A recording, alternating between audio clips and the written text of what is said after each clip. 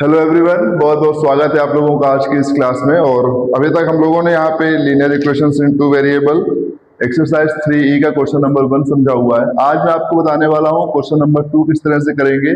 तो उसको जानने के लिए आप पूरे वीडियो तक बने रहिए और मैं यहाँ पे आपको बताऊंगा कि आपके पास अगर लीनियर इक्वेशंस इन टू वेरिएबल के क्वेश्चन आता है तो उसको कैसे करना है, ठीक है। क्योंकि ये चैप्टर बहुत ज्यादा इंपॉर्टेंट है, इससे बहुत ज्यादा क्वेश्चन एग्जाम में पूछे भी जाते हैं। तो उसी के अकॉर्डिंग यहाँ पे हम लोग हर एक क्वेश्चन को यहाँ पर समझने वाले हैं, ठीक है। हर क्लास में मैं आपको यहाँ पे एक दो क्वेश्चन बताता जाऊंगा जिससे आपका जो पूरा एक्सरसाइज का जो क्वेश्चंस का पूरा एक ढेर है वो धीरे धीरे क्लियर हो जाएगा। तो चलिए शुरू करते हैं आज की क्लास को, ठीक है। आज हम लोग यहाँ पे बात करने वाले हैं एक्सरसाइज 3E की, ठीक है। ये है एक्सरसाइज 3E और क्वेश्चन है इसका 2। 23 spoons and 17 forks together cost rupees 1770, while 17 spoons 23 forks together cost 1830. Find the cost of a spoon and that of fork, ठीक है। तो यहाँ पे क्या करेंगे, let the cost of spoon equal to x and cost of fork equal to y. अब जब यहाँ पे हम इसका पहला स्टेटमेंट बनाएंगे फर्स्ट केस में, ठीक है, कंडीशन 1 हमको क्या दी गई है, 23 स्पून 17 फोक्स, ठीक है। देन 23x प्लस 17y, इसकी जो कॉस्ट दी गई है वो है ₹1770। ये इसकी कॉस्ट दी गई है 23 स्पून एंड 17 फोक्स की। अब केस 2 का कह रहा है हमसे, कंडीशन 2 क्या है, ठीक है। कंडीशन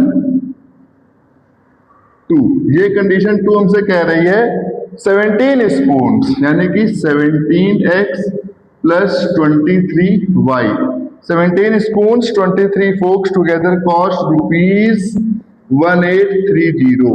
अब आपको यहाँ पर दोनों केस दे दिए गए हैं। एक में आप देखोगे 23x प्लस 17y है और ये जो है ये तुम्हारी इक्वेशन 1 है और ये वाली इक्वेशन 2 है। दोनों इक्वेशंस को हम लोग अगर साथ में लिखते हैं तो कुछ हमको ऐसी दिखेंगी, 23x plus 17y equal to 1770। After that 17x plus 23y equal to 1830।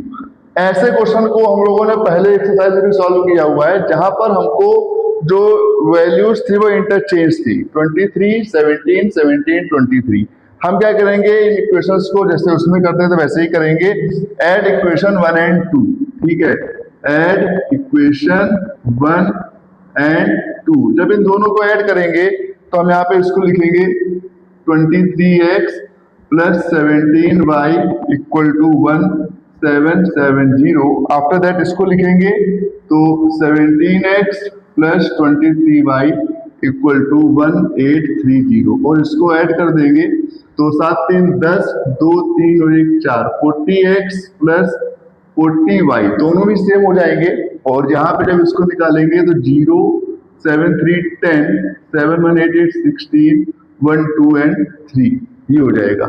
Is it clear? यहाँ से हम 40 कॉमन ले लेते हैं, अंदर बचेगा x plus y equal to 3600 और x plus y equal to 3600 upon 40, ये हो जाएगा x plus y equal to 90। ये बन जाएगी इक्वेशन 3। अब हम क्या करेंगे, इसी तरह से सब्ट्रैक्ट करेंगे, सब्ट्रैक्ट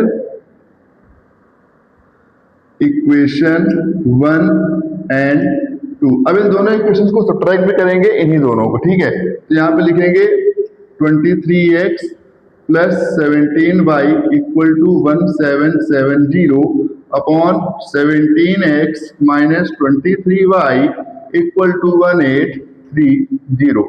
सब्ट्रैक्ट कर दीजिए इनको और यहाँ पे इस तरह से, ठीक है। तो 23x माइनस 17y तो यहाँ पे जो हो जाएगा 17 6 23, ठीक है। तो ये हो जाएगा 6x और यहाँ पर भी वही हो जाएगा, ये दोनों को ऐड कर दीजिए आप, तो 7 3 10, 2 और यहाँ पे प्लस करना है। ओ सॉरी सॉरी सॉरी, देखो यहाँ पे गलती हो जाती है जरा सी। 17x प्लस 23y था, तो यहाँ पे माइनस होगा, तो ये हो जाएगा, ये यहाँ पर भी माइनस का ही आएगा, -6y इक्वल टू, अब 1830 में 17 माइनस कर दीजिए, 1830 में 1770 माइनस करो तो 60 और ये 60 आ जाएगा। Is it clear? ये हो जाएगा 60।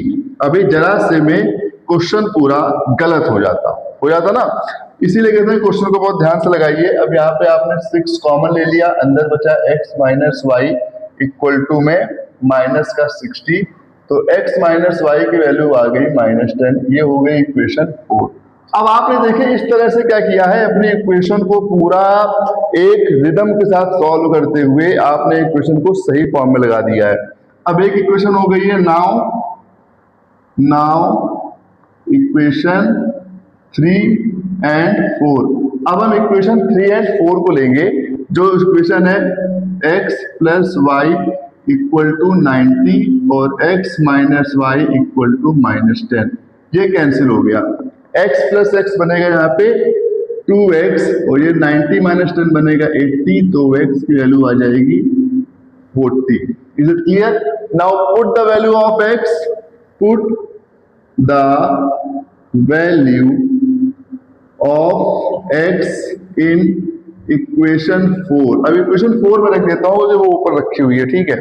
तो ये हो जाएगा x minus y equal to -10, 40 minus y equal to -10, minus y equal to -10 minus 40, तो माइनस वाई इक्वल टू -50, तो y इक्वल टू हो जाएगा 50। इस तरह से आपकी जो x की वैल्यू आ रही है, x इक्वल टू हो जाएगा 40 और y इक्वल टू हो जाएगा 50। मतलब यहाँ पे जो नंबर ऑफ स्पून्स थे वो 40 है और नंबर ऑफ फोक जो थे वो 50 हैं, ठीक है। एक बार इसका आंसर चेक कर लेते हैं, उसके बाद इस क्लास को हम यहाँ पे ओवर करेंगे, इस क्लास का, क्योंकि जब हमारे पास आंसर आ जाएगा तो हम इसको यहाँ पे ओवर करेंगे, ठीक है।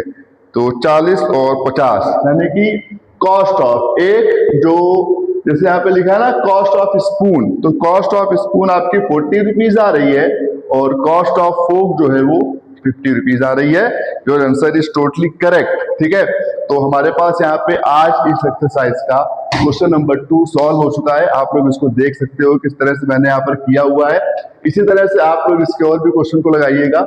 हम लोग इस क्वेश्चन के बाद अब अपने नए वीडियो में मिलेंगे, जिसमें हम लोग इसके आगे का क्वेश्चन को सॉल्व करेंगे, क्वेश्चन नंबर 3 को। तब तक हम लोग मिलते हैं अगली क्लास में, तब तक आप लोग इसको सॉल्व करिए। वीडियो अच्छा लगे तो वीडियो को शेयर करिएगा। Thank you so much everyone.